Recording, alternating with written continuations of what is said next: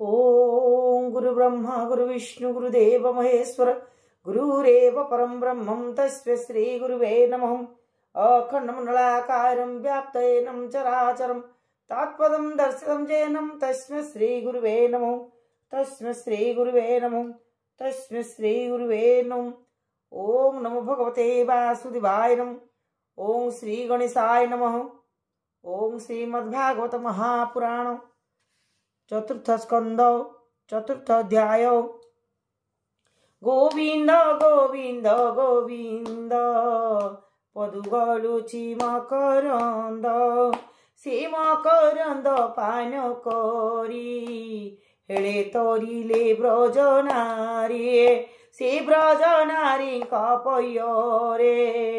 मन मरहु निरंतरे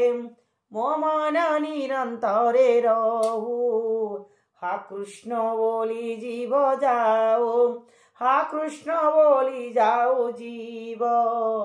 मते उद्धार राधा दो। शिवं को लंघी सती जाए पितारे अपमान पाए रोषे तेजिले कले बरो। चरित चतुर्थ अध्याय। मैत्रेयवाच एमन्ते केदेवागे कही रुद्र रहिले तुनि होए मने चिंतन्ते विश्वनाथ न पुनः हुई अनर्थ। मो पत्नी पिता गृहे गले जीवन न धरिब बले यार मन स्थिर नाही न गले न धरिब देहे बंधु दर्शने इच्छा तार होइछि अति बलियार बीरे कहु बाहार मो भये प्रवेश गृहर यार मन स्थिर नाही अवश्य जीव न कहे एमंत चिते चिंती हर केबे हे मन नहे स्थिर चिंता कूले दुख मती निज गण को मने चिंते एहार संगे थी मुही निज गण को संगे लये एमंते रुद्र चिंता करू देवे बाहार हेले घरो नयन बहे अश्रु जल सुखी बदन कमल शरीर कंपे रोष चिते कदली बन जेन्हे बाते निश्वास बहे खर तोर सुखिला सुरंग अधर अध बदने मन दुखी उठिले स्वामी को उपेक्षे सती चलती रोष भरे अवनी कंपे पाद भोरे पिता भुवने देवी जानते केही नाहंते तांको साथे स्त्री स्वभाव मुड़ामती जेहर साधु जनपति स्नेहरे अर्ध अंग होए से सती तांकु लंघी जाए पिता भुवने देवी जानते पछे चलती गण जूथे शत सहस्र रुद्रगण निकटे मिलिले तो क्षण सती को वृष व्यवसाय सर्वे धाइले सज होए मुजीवी अंबिकार पछे मो कथा देखसी प्रतीक्षे एमंत रुद्र आगे कहे नंदी चलिले गण लये अंबिका तुले नारी जूथे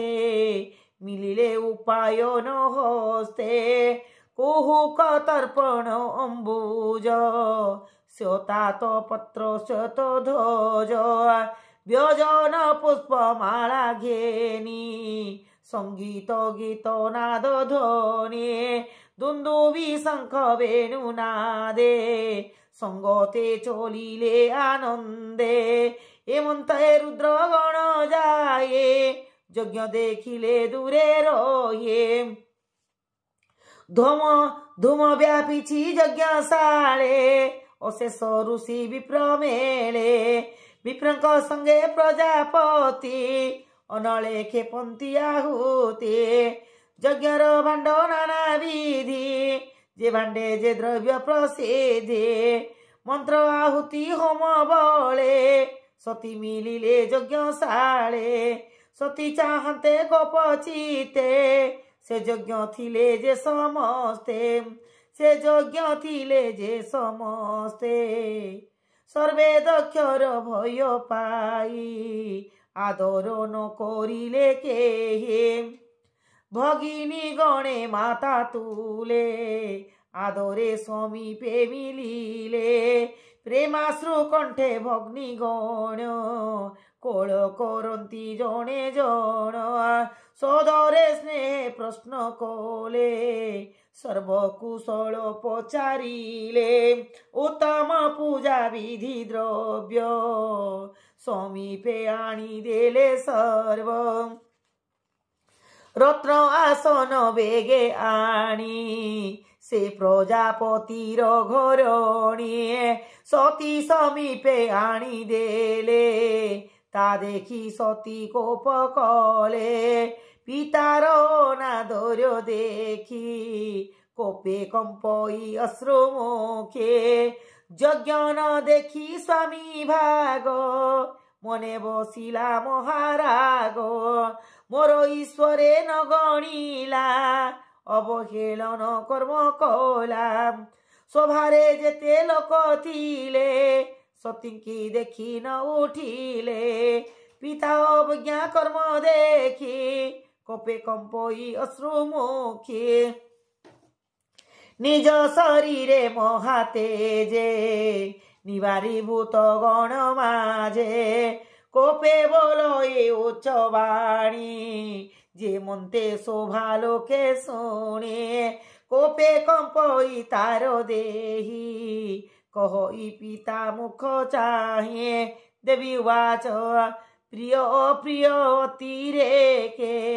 न देखी जार इह लोके जगत मध्ये जेते देही ताहांक प्रिय आत्मा जेहि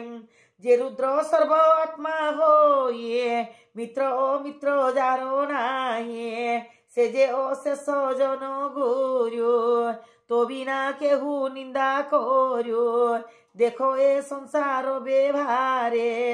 जे साधु जने निंदा करे अनेक दोष करिथिले साधवे न धरती भले सकल दोष कले करे क्षमा से जन साधु महात्मा अरे रूपे जेते पंडित ताहांकु बोलंती महत जे गुण मात्र को धरती दोष ग्रहण न करती ताहांकु बोली महातर ताहांकु बोली महत्तर केओ बा अछंती अपर एमंत साधु प्रतिनाथ एमंत साधु प्रतितात तू पाप कल्पिलु निश्चित असाधु जन प्राय तू हिए रुद्र विषये कपये जेणु बोलोई प्रजापत जेणु बोलाऊ प्रजापति से गर्भे बिनु मोर पति एनो हे महतंक कर्म गर्भे होइलु मति भ्रम जेबेनी अक्षर मुखरे प्रसंगे शिव नाम धरे अथवा पशे श्रुति पथे पापना सोई क्षण मात्रे जाहारो नाम ए जगते सर्वमंगल बहुमते तोर जीवन पाप सिंधु अंशिव होई शिव निंदु जापाद पद्म मधु लोभे महांत जन नित्य सेवे कन्या काम्य कामन्य सर्वे जो विश्व बांधव ओटे जे हो साधु मानस हरि वृंद साधु मानस ओळी वृंद ब्रह्म आनंद मकरंद पानार्थ होई सेवा करे जाहारो श्रीपाद पद्म रे ताहारो द्रोह चिंतु पीत একথা বড় আচম্বিত যে সদা শিব বিশ্ববন্ধু তু তারে দ্রোহ করি নিন্দু জটা বিস্তারি শ্মশান রে বুলই শিব নির্বিকারে শ্মশান ভস্ম মাল্য তার নর কপাল অলঙ্কার হেলে হে শিবঙ্কু শিব তু বিনা কেউ বা বলিব ব্রহ্মাদি দেব গণ মানে কে কহি মহিমান কে শিব মহিমান জানে তু কি জানিবু সে মহিমা অশেষ মঙ্গলর সীমা শিব নির্মাল্য মথা পাতি তথাপি কে মন্তে ঘেনন্তে এহিটি পতিব্রতা ধর্ম পাষাণ্ডে স্বামীর নিন্দন শুনিলে কানে হাত দেব তক্ষণে তহু পলাইব পারিলে তা জিহ্বা ছেদিব আপনা জীবনতে জীব তবের জন্ম মর দেহি হইলা পূর্ব পাপ বহে স্বামী নিন্দন বাক্য সহে এ দেহ ন ধরিবি মোয়ে যে নারী স্বামীর নিন্দন শুনি যাত হুলভে যোগসা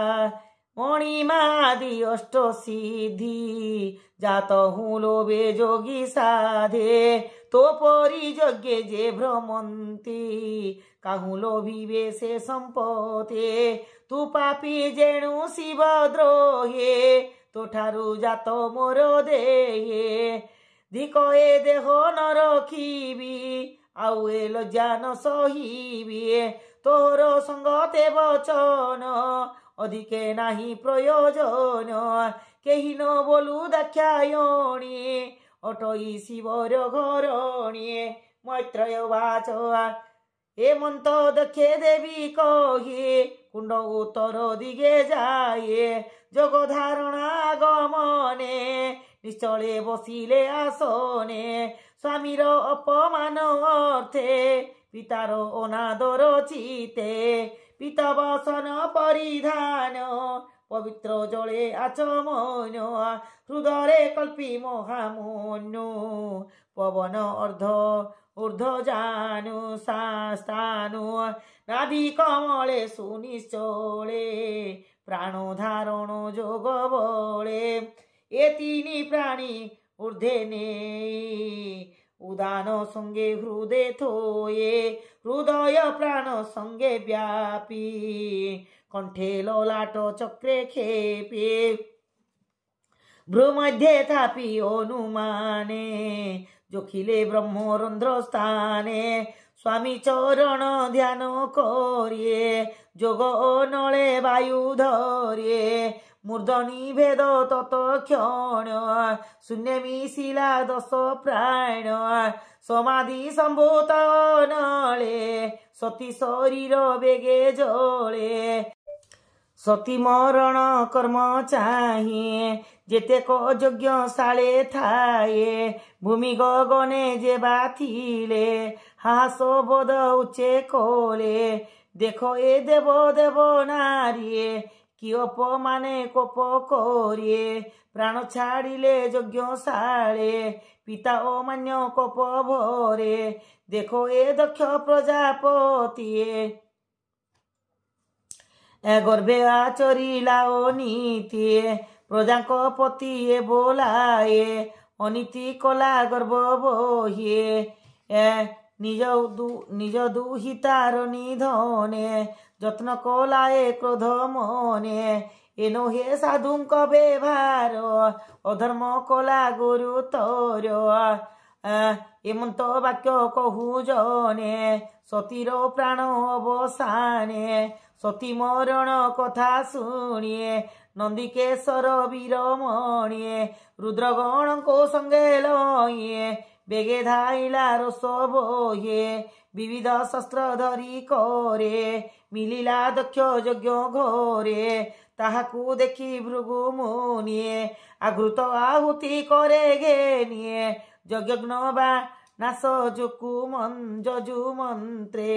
কল্পিলা অবিচার তন্ত্রে রাহুতি যন্তে অগ্নি কুণ্ডে নির্ধুম স্বর্ণ বর্ণ পিণ্ডে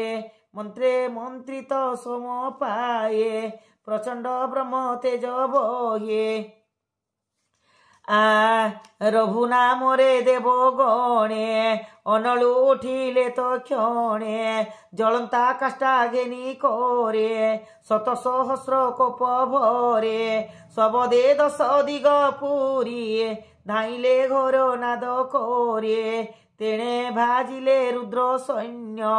তা দেখি বেগে দেব মুনিয়ে ধাইলে শিবপুর মার্গে কহিলে সদা শিব আগে সতী মরণ কথা আদে কহিলে সকল সম্পাদে সে দেব মুনির চরণে আত্মার নিস্তার কারণে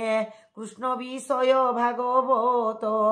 কহই দাস জগন্নাথ চতুর্থ স্কন্ধে সুধা বাণীয়ে সুজনে তোর এহা শুনিয়ে গোবিন্দ গোবিন্দ গোবিন্দ মধু গলুচি মকরন্দ সে মকরন্দ পান করিয়ে এড়ে তরিলে ব্রজ নারী সে ব্রজ নারীଙ୍କ পୟରେ মন মরহু নিরন্তরে মন নিরন্তরে রহু হা কৃষ্ণ বলি জীব যাও হা কৃষ্ণ বলি যাও জীব মতে উদ্ধার রাধা দেব ইতি শ্রীমদ্ভাগবতে মহাপুরাণে পারমহংস্যা সংহিতায়াম চতুর্থ স্কন্ধে সতী দেহ স্বর্গ নাম চতুর্থ অধ্যায়। ও